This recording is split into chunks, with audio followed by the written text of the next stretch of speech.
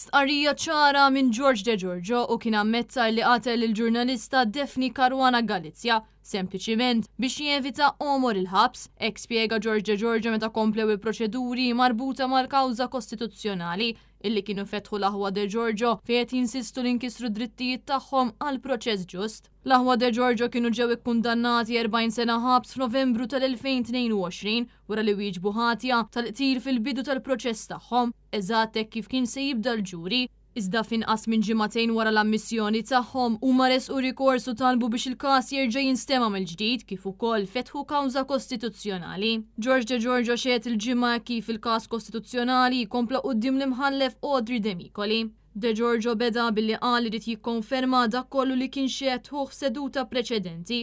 Imbagħad qal irrid inżid xi ħaġa żgħira dwar il-ġuri bl-imħallef tagħtu permess u min-naħa tiegħu spjega pass pass l-affarijiet kif ġraw. Fost l-oħrajn fisser l-avukat Mikallef Staffraġ kien innegozja mal-Avukat Ġenerali u informa lil De Giorgio li l-ftehim kien li għandu jservi 40 sena. George De Giorgio stqar li f'dak il-ħin kien baxxa rasu u qallu biex imexxi għax kienet iħossu għajjen u insista illi ħad deċiżjoni li wieġeb ħati blaġla mingħajr ħsieb u preparazzjoni. Ma kellix għażliet oħra. Sostna George De Giorgio, il-kawża kostituzzjonali issa se tkompli f'Mejju.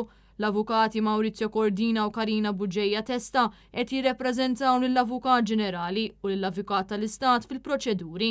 L-avukati Leslie Kuxkieri u Noel Bianco qegħdin jidhru għall-aħwa De Giorgio.